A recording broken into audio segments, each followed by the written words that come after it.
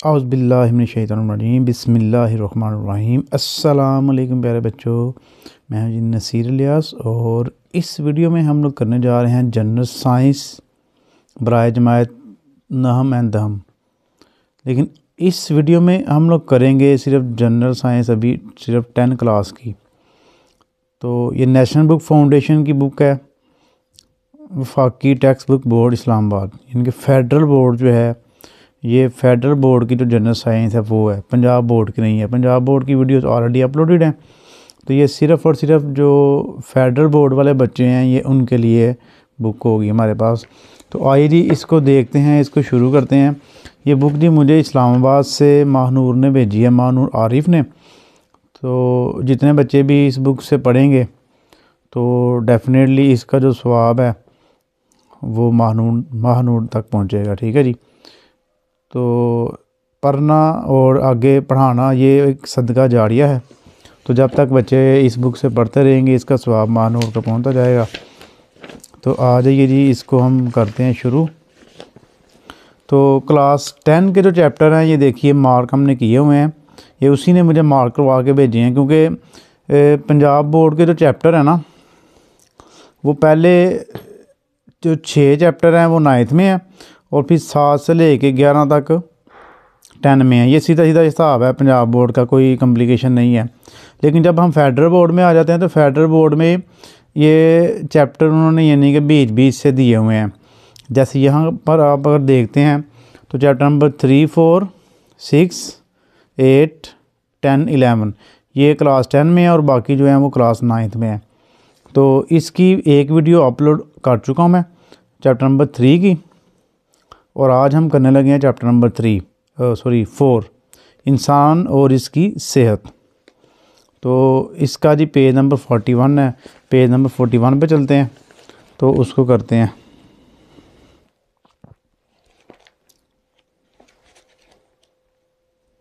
जी। ये आ गया जी हमारे पास चैप्टर नंबर 4। तो चैप्टर नंबर जो 4 है इसमें जितने भी मैक्सिमम क्वेश्चन हमें पेपर में यानी कि जो आ सकते हैं इस चैप्टर में से वो आपको मार्क करवा दिए जाएंगे।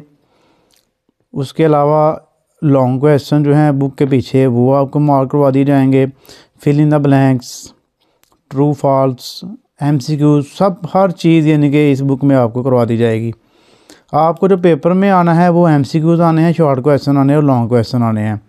ट्रू फॉल्स और फिल इन दी ब्लैंक्स जो हैं ये आपको पेपर में नहीं आएंगी, लेकिन उसको आपने एक दफ़ा पढ़ लेना है, उसमें से MCQs बन जाते हैं, तो बन के आए भी हुए हैं आपके पास पेपर में। तो ये जितने भी मैं आपको मार्क करवाऊँगा ये देखिए ये सारे के सारे पेपर पॉइंट ऑफ व्यू से खास तौर पर जो फेडरल बोर्ड है उसके पेपर पैटर्न के मुताबिक ही होंगे।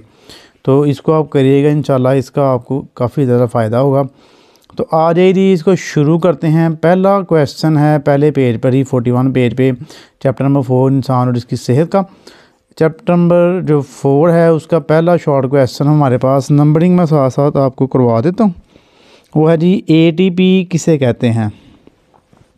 इसका जवाब होगा हमारे पास, हम जो ग़िज़ा खाते हैं वो हमारे जिस्म के हुलियों में एक इंतहाई मुनज़्ज़म तरीके से एंजाइम सिस्टम की मदद से तज़्ज़ीह होती या जलती है। क्योंकि हम कोई भी चीज़ जब हम खाते हैं ना, हमारे जिस्म के अंदर एंजाइम्स हैं, वो उस खुराक को तोड़ते हैं, फिर उसको हमारे जिस्म में जो मतलूबा जगह होती है वहाँ पर पहुँचाते हैं, जिससे मतलूबा तवानाई का अखराज होता है।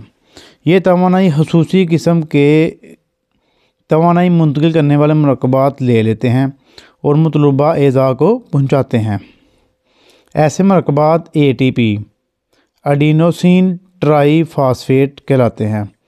एडिनोसिन ट्राईफॉस्फेट कहलाते हैं ये जी। एडिनोसिन ट्राईफॉस्फेट की भी आपको तारीफ आ सकती है। तो नेक्स्ट पेज पे आ जाइए। सवाल है जी हमारे पास, ग़िज़ा के अहम अज़्ज़ा लिखें, यानी कि जो ग़िज़ा है इसके अहम अज़्ज़ा कौन कौन से हैं ये बताने हैं आपने। तो ये जी ग़िज़ा के अहम अज़्ज़ा हस्ब ज़ैल हैं। नंबर 1 निशास्तादार गज़िया यानी कि कार्बोहाइड्रेट।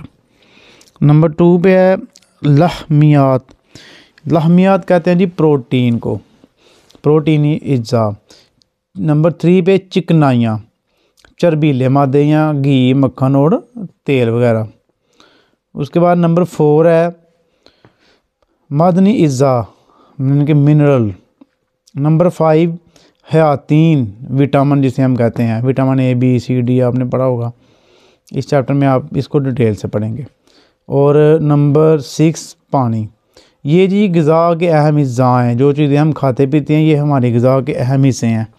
तो इम्पॉर्टेंट शॉर्ट क्वेश्चन है ये आपका। उसके बाद आप आ जाइए निशास्तादार ग़िज़ाएँ क्या हैं, यहाँ पे निशास्तादार ग़िज़ा पर नोट लिखें। इस तरह आपको पेपर में आ सकता है, बल्कि आया भी हुआ है। तो ये देखिए जी, इसकी तारीफ़ होगी हमारे पास। ये हो गया जी सवाल नंबर 2 हमारे पास, और यहाँ पर ये बन जाता है सवाल नंबर 3। जो सर्कल में मैं कर रहा हूँ वो शॉर्ट क्वेश्चन में है, बाकी लॉन्ग क्वेश्चन आपके लगे हुए हैं। इसके बाद में आपको मार्क करवाते हैं कितने कितने करने हैं आपने। ये नामियाती मरकबात हैं जो कार्बन, हाइड्रोजन और ऑक्सीजन पर मुश्तमिल है। यानी कि जो आपकी निशासादार ग़िज़ाइया है, ग़िज़िया है या ग़िज़ा है, वो 3 चीज़ों पर मुश्तमिल है, कार्बन, हाइड्रोजन और ऑक्सीजन।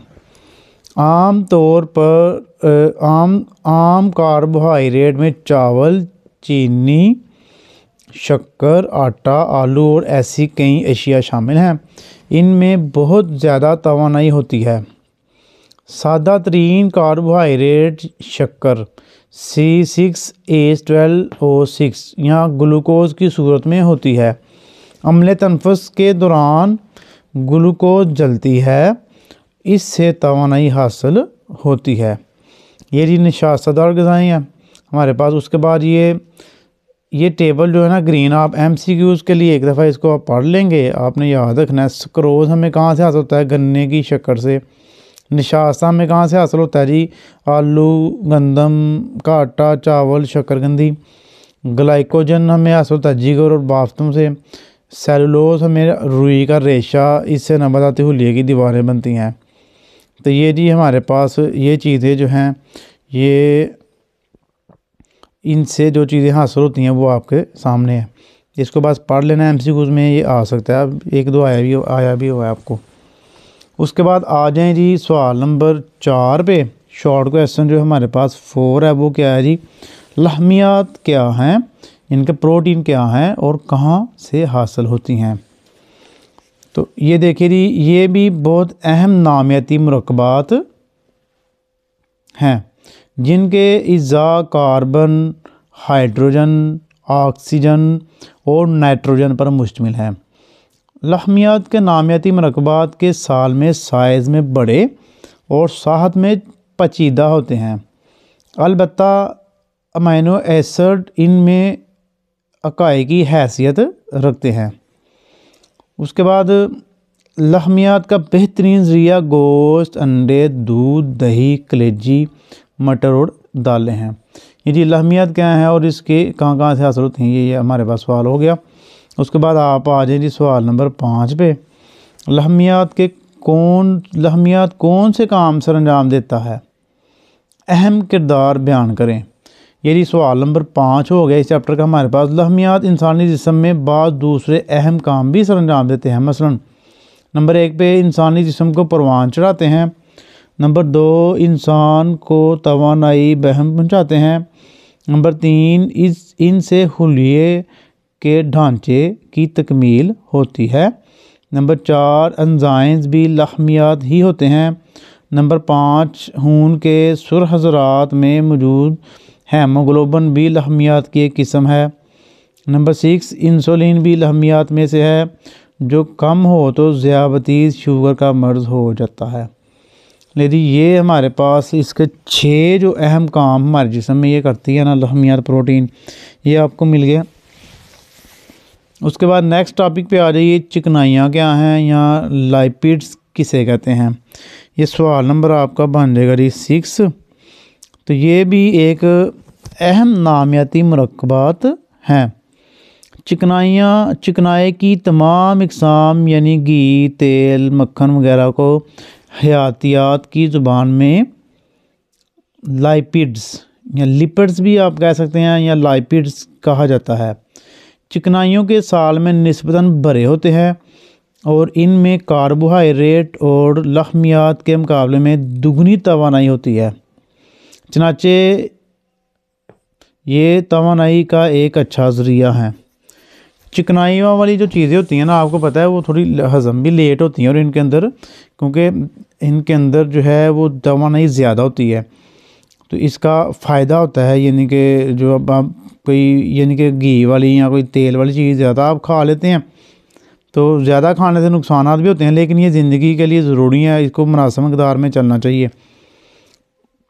नेक्स्ट हमारे पास नंबर 7 पे आप आ जाएं तो ये बनता है मदनी अज़ा क्या है, अहमियत बयान करें। तो ये आपका ये पूरा ही टॉपिक है, इसको हाईलाइट नहीं किया लेकिन आपने इसको सारे को कर लेना। देखिए, तवानाई से भरपूर मरकबात यानी नशास्तदार ग़िज़ाएँ, लहमियात और चिकनाइयों के अलावा हमारे जिस्म को बाज़ ऐसे ग़िज़ाई अज़ा की ज़रूरत होती है जो मदनी नमकियात से हासिल होते हैं। इन अज़ा में अहम तरीन कैल्शियम, आयरन, इनके फलाद, फास्फोरस, मैग्नीशियम, आयोडीन, तांबा, क्लोरीन, सोडियम, पोटाशियम, गंधक और कोबाल्ट हैं। अगरचे इनकी बहुत कम मिकदार जिस्म को दरकार होती है, ताहम इनकी मौजूदगी इंसान के जिस्म के मुख्तलिफ़ वज़ाइफ के लिए इंतहाई अहम होते हैं। ये मदनी अज़ा क्या हैं, इसकी अहमियत आपने बयान करनी है। उसके बाद आप आ जाएँ हयातीन विटामिन क्या हैं, इनकी तारीफ़ करें और इनकी इकसाम बयान करें। इंसानी जिस्म को नामियाती मरकबात के एक और ग्रुप की ज़रूरत भी पड़ती है जिन्हें हयातीन या विटामिन कहते हैं। इनकी आम इकसाम में हयातीन ए, बी, सी, डी, ई और के शामिल है। ये इसकी किस्में हैं जी। उसके बाद आ जाएं जी नेक्स्ट पेज पे।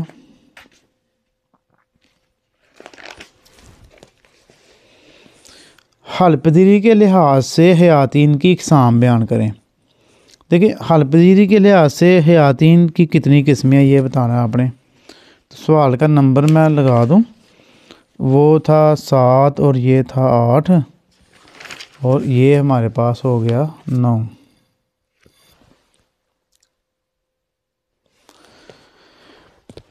हलपजीरी के लिहाज से हयातीन की इकसाम, तो 9वां सवाल आपके पास होगा। देखें, हलपजीरी के लिहाज से आप इसको लिखेंगे थी, हलपजीरी के लिहाज से हयातीन यानी कि विटामिन की 2 किस्में हैं। एक हमारे पास अलिफ ये है, अलिफ चिकनाई में हलपजीर यानी कि चर्बी में हलपजीर जो होते हैं ना, ये चिकनाइयों में हल हो जाते हैं, इसलिए चिकनाइयों ही में पाए जाते हैं। इनमें हयातीन ए, डी, ई और के शामिल है। उसके बाद आप यहाँ पर आ जाइए, ये बी वाले पे, इसमें होगा पानी में हलपजीर हयातीन यानी कि विटामिन। बाद हयातीन पानी में हल हो जाते हैं, इनमें हयातीन बी और सी शामिल है। जो विटामिन बी और सी है ना, ये पानी में हल होते हैं, जबकि दूसरे जो है ना वो चर्बी में हल होते हैं, वो पानी में हल नहीं हो सकते। तो ये 9वां सवाल जो है, इसके दोनों पॉइंट ए अलिफ और बे जो है ना, ये दोनों मिला के तो आपने एक इसका सवाल बना लेना। उसके बाद ये हयातीन ए, बी, डी, ई, के, इनको बारी बारी अब करते हैं हम, ठीक है, एक एक करके। इन पर नोट आया हुआ पेपर में, हयातीन ए पर नोट लिखे, इस तरह पेपर में आपको सवाल आ सकता है, या हयातीन डी पर नोट लिखें। ये सारे करने हैं, आपने छोड़ने नहीं है। लॉन्ग क्वेश्चन में भी आपको ये मिलेंगे। तो देखिए, हयातीन ए क्या है, इस पर नोट लिखें। तो ये सवाल नंबर 10वां हो गया, ये आपका 11वां बन जाएगा, फिर ये 12वां और ये 13वां बन जाएगा इस तरह। तो 10वां सवाल देखें आप, ये हयातीन इंसानी जिस्म की पर्दाख्त के लिए ज़रूरी हैं, इसलिए बच्चों को लाजमी मिलने चाहिए। जो विटामिन ए है, इनके इंसानी जिस्म को के भरने के लिए, उसके नोशोनुमा के लिए बहुत ज़रूरी हैं, ख़ास तौर पे बच्चों के लिए। खसूसन हयातीन अलिफ, नगाह, बसारत के लिए बेहद मुफीद होते हैं। अलिफ मतलब कि इनके नज़र के लिए ये बहुत ज़्यादा मुफीद होते हैं।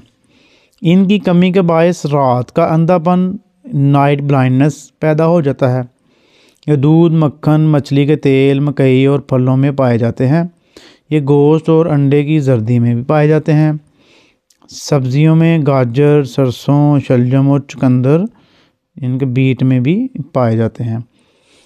तो ये जी हमारे पास विटामिन ए हो गया, सिंपल सही है। इसको आपने देखना है। इसमें ना हर पैरे में यही बताएगा कि इसके फ़ायदे क्या हैं और ये किस किस से हमें हासिल होते हैं और इसकी कमी से कौन सी बीमारी हो सकती है। ये 2-3 चीज़ें बस हर पैरे में आपको बताएगा। हयातीन डी, विटामिन डी पर नोट लिखें। हयातीन डी की मौजूदगी में इंसानी जिस्म को कैल्शियम और फास्फोरस को हज़म करने की सलाहियत हासिल होती है। इसलिए इसकी कमी के बायस हड्डियां कमज़ोर हो जाती हैं। ये मछली के जिगर के तेल और दूध, अंडों और मक्खन में पाया जाता है। सूरज की रोशनी में हमारी जिल्द में भी बनता है। इनके जो विटामिन डी जो है ना, तो हमारे जिस्म के अंदर इसकी अगर मकदार मौजूद है तो कैल्शियम और फास्फोर जो है ना हज़म करने की यानी कि सलाहियत रखता है, इसके अंदर हज़म हो जाता है। तो अगर ये कमी ना हो तो हमारी हड्डियां जो है ना वो कमज़ोर हो जाती हैं। तो इसको हासिल करने का जो सबसे मेन ज़रिया है वो क्या है जी, मछली का जिगर जो है उसका तेल बनता है। दूध, अंडे और मक्खन वगैरह से में पाया जाता है ये। और सूरज की रोशनी में तो फ्री है ना, विटामिन डी आपको मिल जाता है। हमारा जिस्म खुद बहुत सूरज की रोशनी में विटामिन डी बना लेता है। सवाल नंबर 12, हयातीन ई पर नोट लिखें। हयातीन ई एसाबी निज़ाम की दुरुस्त कारकर्दगी के लिए बहुत अहम है। इसकी गैर मौजूदगी में विटामिन ए और सी भी सही तौर पर काम नहीं करते। इनके इसकी जो गैर मौजूदगी है ना या विटामिन ई की, तो उसमें विटामिन ए और सी जो है ना वो भी अच्छी तरह काम नहीं कर सकते। ये अंडे, दूध, मूंगफली, मक्खन और कलेजी में होते हैं। सब्जियों में ये सलाद, गोभी, गाजर, मटर और चुकंदर में पाए जाते हैं। यानी कि आप सलाद खाएं खूब, आपको विटामिन ई हासिल होगा। उसके बाद विटामिन के पर नोट लिखें। हयातीन के कह लें या विटामिन के कह लें आप, तो इसका जवाब हमारे पास देखिए क्या बनेगा। हयातीन के जख्म की सूरत में खून के इंजमात में मदद देता है कि अगर हमारे जिस्म का कोई हिस्सा ज़ख्मी हो जाए तो वहाँ से खून बहना शुरू हो जाता है। तो थोड़ी देर बाद आप देखते हैं वहाँ पर खून के लोथरे जम जाते हैं, जिससे हमारा जिस्म से खून निकलना बंद हो जाता है। तो वो जो हमारा खून जमता है ना, वो जो खून जमता है वो विटामिन के की मौजूदगी में जमता है। विटामिन के जो है वो खून को जमने में मदद देता है, जिससे हमारा खून लगातार नहीं बहता। हाँ, अगर तो कोई बड़ी चोट है तो उसमें तो चलो वो खून को रोकना पड़ता है ना, पट्टियाँ वगैरह लगा कर। लेंगे जो छोटे मोटे जख्म होते हैं वो आपके खून के जमने से ही ठीक हो जाते हैं। इसके बायस जिगर की कारकर्दगी बेहतर रहती है, हमारा जिगर अच्छी तरह काम करता है। इसकी गैर मौजूदगी में खून जमने में नाकाम हो जाता है। इनके ये अगर विटामिन के हमारे जिस्म में ना हो तो हमारा खून जो क्या होता है वो जमेगा नहीं। अलावा इसकी कमी से जिगर की कारकर्दगी सेहतमंदाना नहीं रहती। विटामिन के अगर कम हो जाए तो हमारा जो जिगर है ना वो भी अच्छी तरह काम नहीं करता। ये ज़्यादातर गोभी, अंडों, टमाटर, पालक और सोयाबीन में होता है। अंडे तकरीबन हर एक में आ रहे हैं, अंडे ज़्यादा खाया करें। फिर उसके बाद आप आ जाएं जी अगले पेज पे। अंडे टेस्ट में नहीं लेने, अंडे खाने हैं, ठीक है। ये ना हो कि सर ने कहा था जी अंडे सेहत के लिए अच्छे होते हैं तो हम टेस्ट में भी लेना शुरू कर लें। सवाल नंबर 14 पे आ जाएं। हयातीन बी यानी कि B12 ये पूछेगा पेपर में। हयातीन B12 यानी कि B12 जो है का किरदार बयान करें। इसे साइनो कोबाल अमीन भी कहते हैं। ये काबिल तकसीम हुलियों खसूसन खून का टिश्यू बनाने वाले खुलियों में पाया जाता है। इसकी कमी नुकसानदेह है जो खून की कमी का बायस बनती है। ये कलेजी, मुर्गी और मछली में पाया जाता है। उसके बाद आ जाए जी आप हयातीन सी पर नोट लिखें। ये 15 वाला हमारे पास बन गया शॉर्ट क्वेश्चन। हयातीन सी को एस्कॉर्बिक एसिड भी कहते हैं। ये एक अहम हयातीन है जो बहुत सी मेटाबॉलिक सरगर्मियों में मुआवन होता है। इसके बायस दांत और मसूरों की सेहत बहाल रहती है। ये खून बनने और जख्म मुंदमिल होने में भी मुआवन साबित होता है। यानी कि हमारे जिस्म में खून बनाता है, उसके अलावा अगर हमारे जिस्म में कोई चोट लग गई तो उसको भी ठीक करने में ये मदद करता है। इसकी कमी बहुत सी आर्ज़ों का सबब बन सकती है, मसलन मसूरों और जिस्म के दीगर हिस्सों से खून जारी हो जाता है और यूं इंसान खून की कमी का शिकार हो जाता है। जख्मों के मुंदमिल होने में तहीर होती है, जख्म लेट ठीक होते हैं। इसका वज़न कम होने लगता है। ये तरशादा फलों के अलावा यानी कि जो खट्टे फल होते हैं उनके अलावा आड़ू, अमरूद, लीमू और सब्ज़ मिर्चों में पाया जाता है विटामिन सी। उसके बाद सवाल नंबर 16 पे आ जाएं आप। इंसानी जिस्म के लिए पानी की अहमियत बयान करें। ये इंसानी जिस्म का सबसे बड़ा हिस्सा यानी कुल हजम का 70% होता है। पानी की बाद महसूस खासियतें हैं जिनके बाद जिस्म इंसानी में इसकी अहमियत और बढ़ जाती है। पानी ज़िंदगी की बुनियादी ज़रूरत है और इसके बगैर कोई एक खुलिया भी ज़िंदा नहीं रह सकता।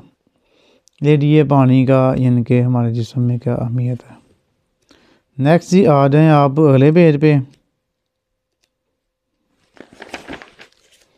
इस पेज पे हम देखते हैं हमारे लिए क्या है।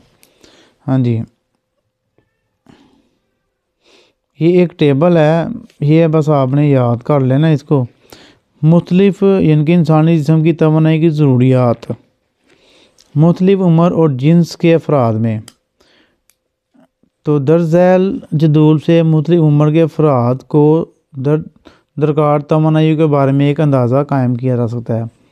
यानी कि वो आपको बच्चे के बारे में पूछ सकता है, बच्चे की यानी कि कौन कौन सी तवानाइयाँ दरकार होती हैं उम्र के लिहाज से। तो 1 से 3 साल का जो बच्चा होता है ना, उसकी जो ज़रूरियात है वो 1200 है तवानाई, मतलब कि कह लें कि उसको प्रोटीन वगैरह की ज़रूरत होती है। 4 से 6 साल का जो बच्चा है उसको ये 1600 कैलोरीज चाहिए होती हैं। 7 से 10 साल का जो बच्चा है उसको 2000 और 11 से 12 साल का उसका 2500।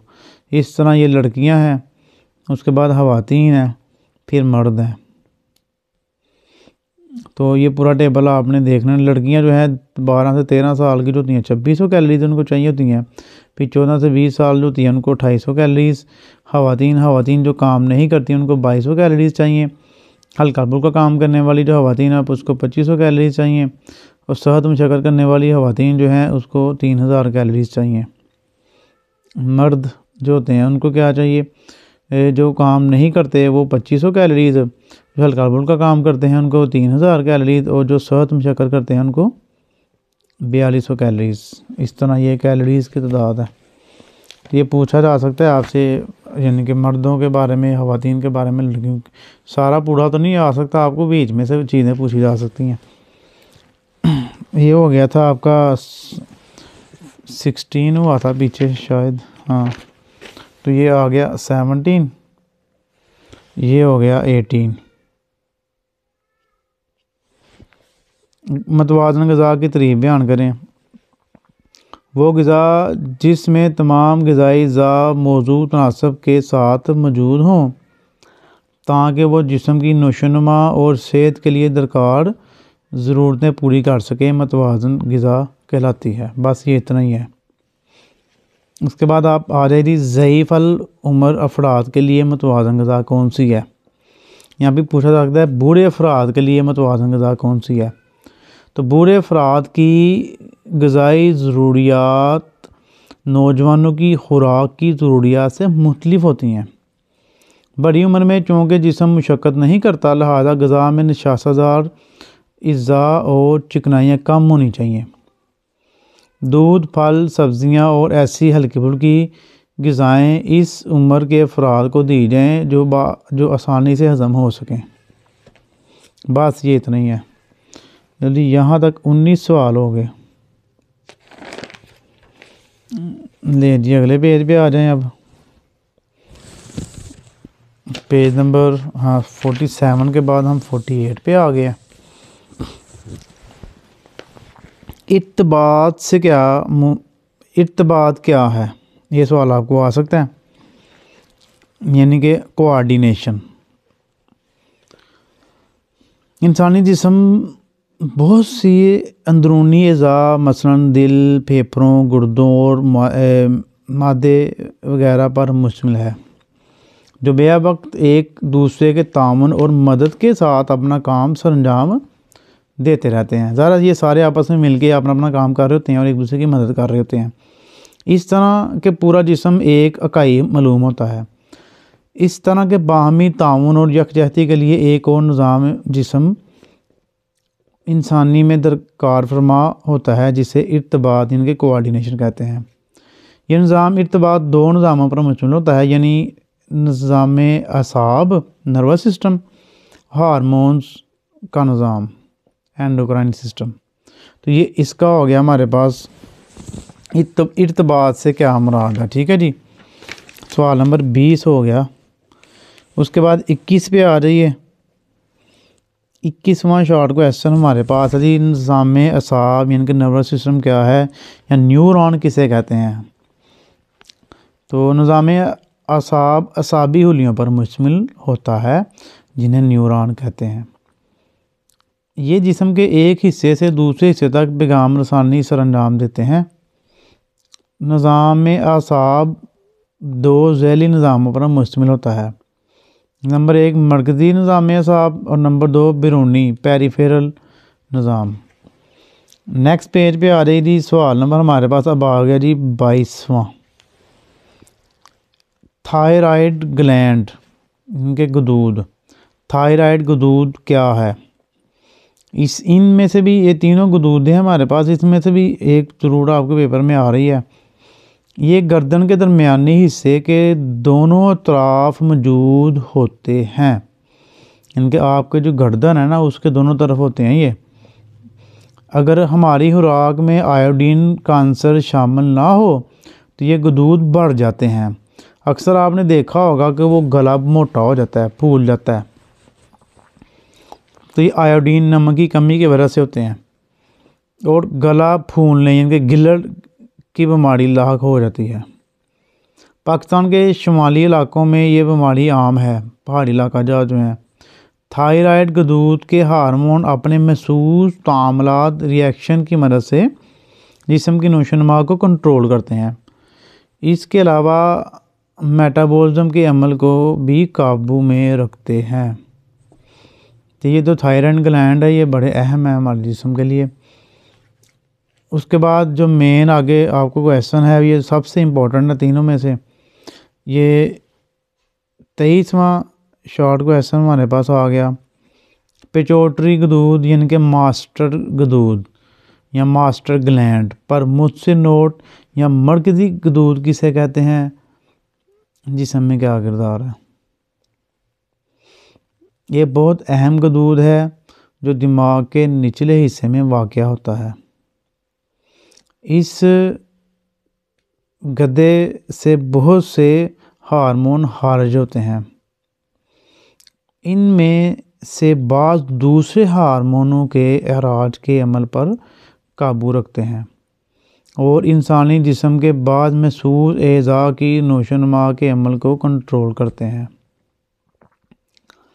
इसलिए इस गद्दे को जिस्म का मरकज़ी गदूद इनके मास्टर ग्लैंड कहा जाता है। मरकज़ी यानी कि गदूद हो गया, मास्टर ग्लैंड हो गया, पिट्यूटरी गदूद हो गया, तो या मास्टर गदूद भी इसे कह सकते हैं। बड़ा ही अहम आपका शॉर्ट क्वेश्चन है ये। नेक्स्ट आप आ लीजिए सवाल नंबर 24 पे। लबलबा क्या है जिस्म में किरदार बयान करें। ये छोटी आंत के करीब वाक़या एक छोटा सा अंदरूनी गदूद है। इनके जो छोटी आंत है हमारी उसके करीब ही वाक़या होता है और इसका साइज़ भी बिल्कुल छोटा सा ही है। इसके बाद छोटे छोटे हिस्से एंडोक्राइन गदूद का सा काम भी करते हैं। इनसे दो किस्म के हार्मोन यानी इंसुलिन और ग्लूकागॉन पैदा होते हैं। इंसुलिन खून में शक्कर यानी कि शुगर जो है, चीनी की मकदार कह सकते हैं, को कम या कंट्रोल करता है इंसुलिन जो है, जबकि ग्लूकागॉन इसे बढ़ाता है। देखें कैसा अल्लाह ताला ने निज़ाम बनाया हुआ है कि लबलबा जिस्म का अगर ख़राब हो जाए तो वो इंसान को शुगर हो जाती है, शुगर की बीमारी लग जाती है। तो ये इसके अंदर दो किस्म के हार्मोन होते हैं। एक ठीक है इंसुलिन है, वो हमारे जिस्म के अंदर जो है ना, हमारा जिस्म खुद बनाता है, ये लबलबा बनाता है ना। वो शुगर जो है हमारे जिस्म के अंदर उसको ये कंट्रोल करता है या काम करता है इंसुलिन। जबकि ग्लूकागॉन है ना, वो हमारे जिस्म में शुगर को बढ़ाता है। इस तरह दोनों की इज्तिमाई कारकर्दगी के नतीजे में खून में शक्कर की मकदार मतवाज़न रहती है। इनके हमारे जिस्म के अंदर जो शुगर लेवल है वो कंट्रोल हो जाता है, एक बढ़ाता है एक कम करता है, तो वो लेवल हो जाता है। इंसुलिन कम पैदा हो तो इंसान एक ख़तरनाक बीमारी में मुब्तला हो जाता है जिसे ज़ियाबतीस यानी कि डायबिटीज़ कहते हैं, जिसे हम शुगर कहते हैं। सवाल नंबर 24 हो गया। अब सवाल नंबर 25 पे आ जाइए। एजिंग क्या है। एजिंग की तारीफ यहाँ रसीदगी, उम्र रसीदगी या इनहतात से क्या मुराद है। इंसानी जिस्म के हुलिये पूरी ज़िंदगी मुस्तअद और जवान नहीं रहते। वक़्त के साथ साथ ये कमज़ोर और कम मुस्तअद होने लगते हैं। खराबी का ये अमल उम्र रसीदगी कहलाता है। बस ये इतना ही करना आपने, एजिंग या उम्र रसीदगी कहलाता है।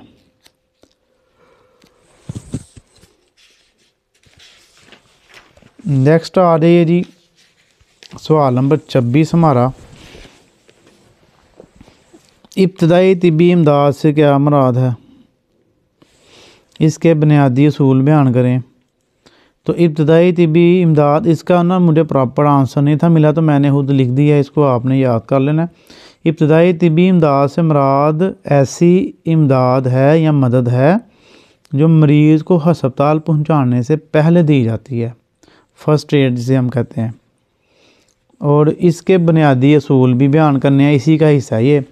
तो इब्तदाई तिब्बी इमदाद के बुनियादी असूल ये हैं। ज़ख्मी या मरीज़ तक ताज़ा हवा पहुंचनी चाहिए। दूसरा इसका असूल है इसकी सांस बहाल करने की कोशिश करनी चाहिए। बाद अब ऐसा होता है कि मरीज़ अपने हवास खो बैठता है और अपनी सांस भी उसकी ठीक नहीं आ रही होती, तो कोशिश करना चाहिए उसको पहले सांस का अमल बहाल करना चाहिए। नंबर 3, इसका दौरान खून बहाल करना चाहिए और जिस्म का जो है खून की गर्दिश जो है ना वो भी उसकी बेहतर करनी चाहिए। उसको सीधा लटाना चाहिए या मौके की मुनासबत से उसको देख लेना चाहिए क्या उसकी सूरत हाल है। उसके बाद आप आ जाइए सवाल नंबर इसका 27 पे। हादसात की सूरत में कौन से फौरी इक़दाम करने चाहिए?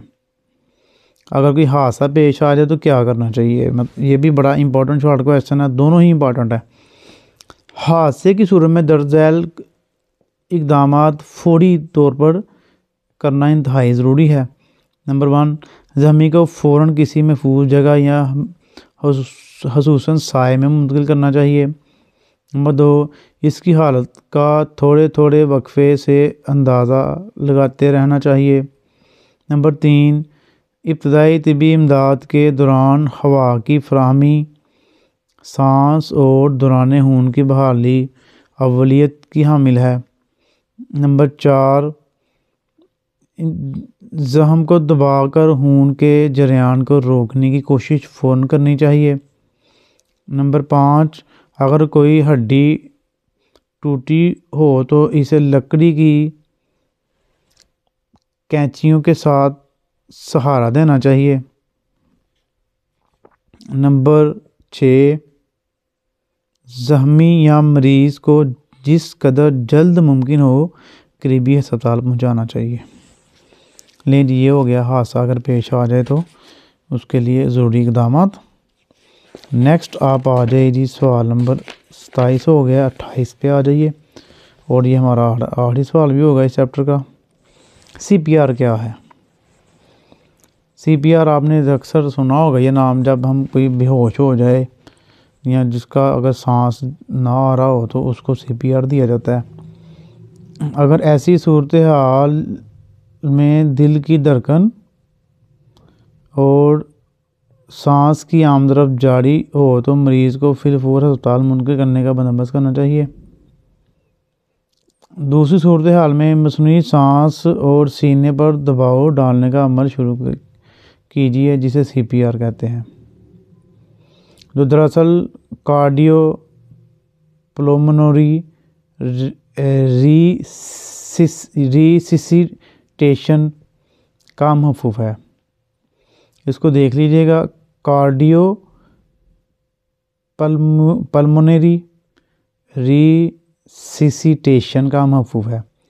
अच्छा, ये इसमें ना वो आंसर ज़रा प्रॉपर नहीं मुझे लगा ना, मतलब कि इसमें आप ऐसा कर लीजिएगा कि मरीज़ को मसनूई सांस देने का जो अमल है, मतलब कि सीने पर दबाव डालकर जो दिया जाता है, जिसके ज़रिए इनके सीने पर दबाव डाल के मरीज़ को मसनूई सांस देने का जो अमल है ना, उसको CPR कहते हैं। इस तरह आप बना लीजिएगा।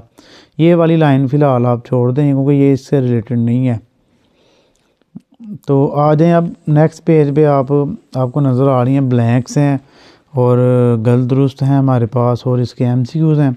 पेपर में जो आपको आने हैं वो ये MCQs आने हैं, बाकी ये दो चीज़ें नहीं आएंगी। तो उसमें यह है कि आप इसको एक दफ़ा पढ़ लीजिए ताकि इसका MCQs आ जाता है कई दफ़ा ना ब्लैंक्स में से, ट्रू फॉल्स में से। तो पहली देखिए जी, हमारे पास जो फिल इन दी ब्लैंक्स है वो क्या है? पौधे डैश के ज़रिए अपनी खुराक तैयार करते हैं सूरज की रोशनी के ज़रिए। रुई के रेशे दरअसल एक ख़ास कार्बोहाइड्रेट है जिसे डैश कहते हैं, सेलुलोज कहते हैं। हयातीन ए सेहत और डैश के लिए बुनियादी अहमियत रखता है जिस्म की बर्दाश्त के लिए। उसके बाद हयातीन C को डैश भी कहते हैं, एस्कॉर्बिक एसिड भी कहते हैं इसको। 100 ग्राम आलू में डैश कैलोरी होती हैं 100। गलत दुरुस्त पे आ जाएं। कार्बोहाइड्रेट और चर्बी का 1-1 ग्राम बराबर तवानाई मुहैया करता है। गलत है ये। हयातीन B1 को रेबोफ्लून भी कहते हैं। गलत है ये भी। थायराइड गुर्दों के करीब मौजूद होते हैं। ये भी गलत है। लबलबा एंजाइम्स भी हर्ज करता है और हार्मोन भी। ये बिल्कुल सही है। हयातीन D पानी में हल हो जाता है। ये भी गलत है। उसके बाद आप आ जाए जी MCQs पे। दर्ज झैल में से किस हयातीन का ताल्लुक जरियान खून को रोकने से है? हयातीन के, यानी कि ये खून को रोकता है। बहने से रोकता है। 1 ग्राम लहमिया से कितनी कैलोरीज तवानाई हासिल होती है? 4.1 कैलोरी। 100 ग्राम लहमिया से कितनी कैलोरी तवानाई हासिल होती है? अब इसका जो आंसर है ना प्रॉपर मुझे मिल नहीं रहा। इसका आंसर जो बन रहा है ना, ऊपर देखें ना, अगर 1 ग्राम लहमिया आता है तो उसे 4.1 कैलोरीज हासिल होती है। तो अगर हम इसके 100 से मल्टीप्लाई करवा दें इसको तो ये बन जाता है 410 बन जाता है। लेकिन इसका आंसर इस हिसाब से नहीं है। तो फिलहाल आप अपने पास देख लीजिएगा, जो की बुक है आपके पास, जो हेल्पिंग बुक होती है, तो वीडियो में भी कमेंट कर दीजिएगा। मैं फ़िलहाल इन आंसर में से किसी एक पर भी सेटिस्फाई नहीं हूँ। तो जो आप अगर बिल्कुल एक्यूरेट आंसर कमेंट में बताएंगे ना तो उसको मैं पिन कर दूंगा, फिर वो सब सारे बच्चे देख लेंगे। उसको ज़रा आप डिटेल में बता दीजिएगा कि क्वेश्चन जो MCQ नंबर 3 है उसका आंसर ये है। सवाल नंबर 4 पे आ जाइए। दर्ज झैल में से किस के सिवा ग़िज़ा की बाकी तमाम इकसाम से तवानाई मिलती है? पानी। आलू से तवानाई मिलती है, दूध से भी, अंडा से भी, पानी से तवानाई नहीं मिलती। नीम ठोस ग़िज़ा बच्चों को किस उम्र से दी जाए? 4 माह की उम्र से बच्चों को नीम ठोस ग़िज़ा देनी चाहिए, मतलब कि नरम नरम। नेक्स्ट हम लोग करते हैं जी इसके लॉन्ग क्वेश्चन। लॉन्ग क्वेश्चन की नंबरिंग मैंने अपने हिसाब से देखें, ये 4 दूसरी तरह लिखा हुआ था, मैंने ये वाला 4 लिख दिया ताकि आपको कन्फ्यूजन ना हो। तो इंसानी ग़िज़ा के अहम अज्जा कौन कौन से हैं? इनके ज़राए के हवाले से वजाहत करें। तो इंसानी ग़िज़ा के अहम अज्जा देख लेते हैं।